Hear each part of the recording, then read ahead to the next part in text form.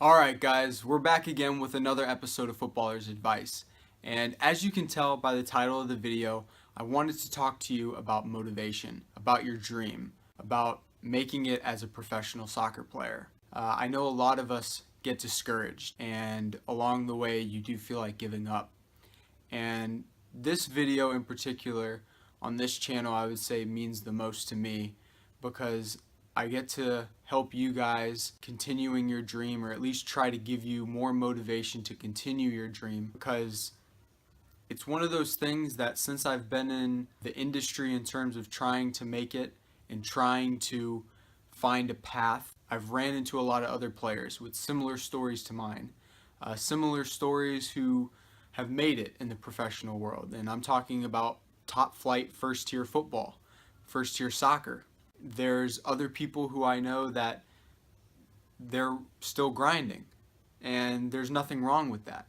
There's nothing wrong with still being in grind mode and still trying to make something work. Wherever you are in life, wherever you are in your soccer journey, I ask you to not get discouraged. There's stories out there, and I'm going to share a couple stories here with you guys because I think it's important, where people just kept trying. They never gave up on the dream. They never gave up on themselves. They kept believing. They kept believing that they were going to make it.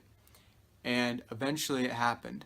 Now, does it happen as soon as you would like it to? Maybe not. But as they say, better now than never. Or even, I guess you could say, better later than never. Because at least you got to experience what it was like, and at the same time you grow as a player, you grow as an individual when you go through this and you try to make something out of yourself. I've learned so much as a player and also as a person. The things you go through, not only physically that you put yourself through, but also mentally, it's something you shouldn't take lightly, and it's something that you should understand. It's something you shouldn't short yourself for. I know a lot of people do, and they try to grind through it and nothing happens, and when they come back home everyone's like, well, what do you have to show for it? And you kind of have empty hands and you feel like, well, I have nothing to show for the effort that I put in. And the thing is there's a lot of takeaways that you can get from trying to make it and making it that you just don't account for. So this video is for you guys that maybe are going through some tough times, that still need some motivation, whether you're overseas and you're away from friends, you're away from family, you're trying to grind it out, you're trying to make something happen. It seems like nothing is working. But I can promise you I've been in your shoes. I promise you I've been in the same situation that you're going through right now. And at the end of the day, I've looked back and I've taken a lot of things away from my experience with this, and this is why I'm sharing this with you guys. So without further ado, let's also get into some stories about some players, maybe to give you guys some extra motivation. A lot of stories that you may not see on the news, or you may not see, on Instagram about, the latest footballers doing this, that, and the other thing. And a lot of these guys may not be well known to you guys, but they're stories that should be known and should be recognized for what they are. Guys that, fought through the odds and they made it. So I have my piece of paper here, guys. Just going to read off some names of players that have started from the bottom and have made it to the top. What I will do probably in another video is create like a top 10 list of players who have made it from the bottom to the top that maybe you guys aren't familiar with. Some local stories that I know a lot of people may not just know about these players. But the first player that I'd like to talk about is Curtis Edwards. He's a guy that I've heard about when I was in Sweden, just from other players. And he is a guy that started playing a couple years ago, 2-3 years ago. Started playing in England, played Sunday League football, took an opportunity in Sweden in the 5th tier, and he's made his way all the way to the 1st tier in Sweden in Allsvenskan, and he plays for Östersund. And for those people out there that don't know about Östersund right now, they're actually in the qualifications for Europa League. So I mean, this guy is playing Sunday League football 2-3 years ago, takes an opportunity in Sweden, and now he's playing qualifications for Europa League. I mean, this is how fast things can change for you guys. Another player that I've heard from a couple other players that I've ran into is Mike Defont. He's a guy that played in the lower leagues in Portugal, transitioned back home to the U.S. and played in the USL, and now he's actually playing in the MLS for the Colorado Rapids. The next player is Daniel Armadi. I may be pronouncing his last name wrong, but he is an international player that plays for Ghana, plays for Leicester City in the Prem, and he made it from Sweden in the Allsvenskan, the top tier flight, to Copenhagen and then to England, and actually won the Premier League with Leicester City. As everyone knows, I mean, the leagues in Europe are definitely different. The leagues in Sweden compared to England, Italy, Spain aren't as good. So even for a player to make it from Sweden to Copenhagen in Denmark and then to England, I mean, that's definitely an accomplishment, let alone by itself, guys. Another player that I don't know if too many of you guys know is Jay Demerit. He has a great story. He made it in England, started in the 9th tier of football, went up to the 7th tier, and then had his opportunity with Watford in the championship, and then he won the championship with Watford to push him up, and they got promotion into the Premier League in England. Another player that I've personally met and I would consider a really good friend, a guy that's really helped me out, is Andrew Steffler.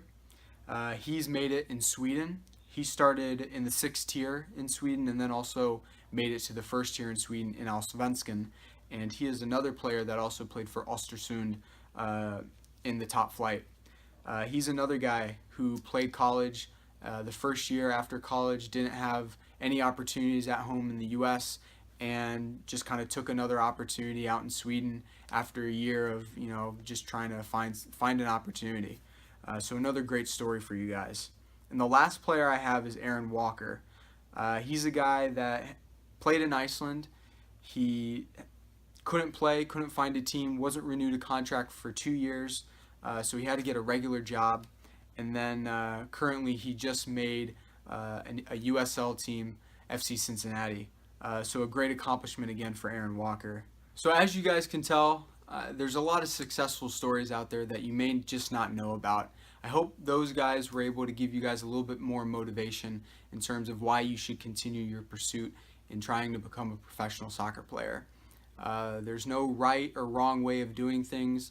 My story and my journey is going to be different than your guys' story.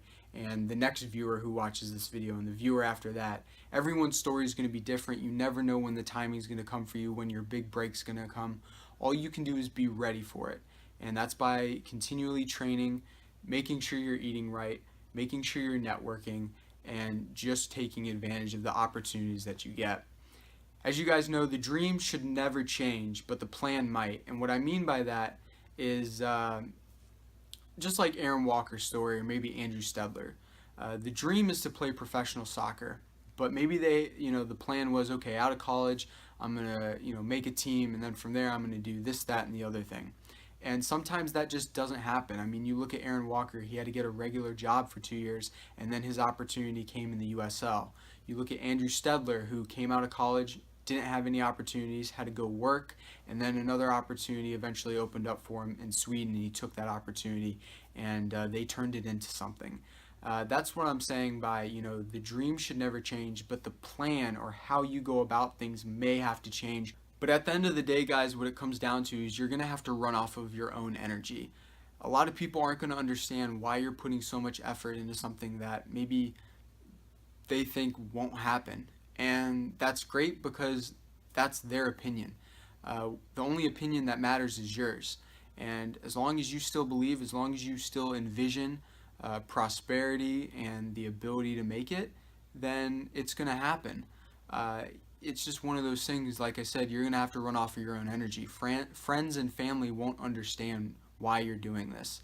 But as long as you stay focused, as long as you keep going, you'll make it. And you just got to take advantage of those opportunities. And this is kind of my perspective on life, guys, and I equate it to writing a paper like you would for school.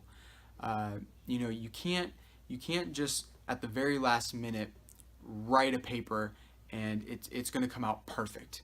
You also can't wait for the paper to be written. You can't just have a blank canvas and just expect for it to be written and then it to be written perfectly. I look at life like this, like I said, like writing a paper. You have to have bullet points. You have to have ideas on what you want to do or how you're going to get there. You may not know exactly how you're going to get there, but you want to have ideas, things you want to accomplish, things you want, in the paper to talk about. And you may not know the connecting words and the sentences that are going to connect one idea to the other. But as you go through life, as you try, as you figure out ways to make it, you're going to be able to write those connecting words. And eventually you're going to have a well-written paper. And I guess if you guys can understand that comparison on how I look at life and how I look at writing a paper in school, I figured out that's a good way of going about it, because we want to plan all these things, and the paper has to be written this way. But what really happens when you write a paper? You write a paper, or maybe you write a sentence or a paragraph, and what happens? You take the pencil out and you cross it off, or you start erasing, and you have all these eraser endings on this, and you're just like, okay, that didn't work. Let's rewrite it like this. And the thing is all those errors and those markings that you have on your paper, that's okay. That's a sign of a well-written paper. When you go back and you rewrite things and you look and you analyze, it's the same thing with life. When you get kicked down and you get up again, and you get kicked down again and you get back up, you get hit in the face and you still go through it. It's a sign saying that you're doing the right thing. And I guess maybe that's just how I'm viewing life, and if you guys could relate, then great. So yeah, guys, hope this video gave you guys more motivation to keep going. Don't give up on your dream, and you never know when your big break's going to happen. It could be just right around the corner. It could be a week from now, could be a month from now, could be a year from now, I don't know. But you have to be ready for your break. So stay on top of it, guys. Thank you for watching Footballer's Advice. Thank you for believing in Footballer's Advice. I'm just going to go from there. Thank you guys for watching, and I'll see you next time.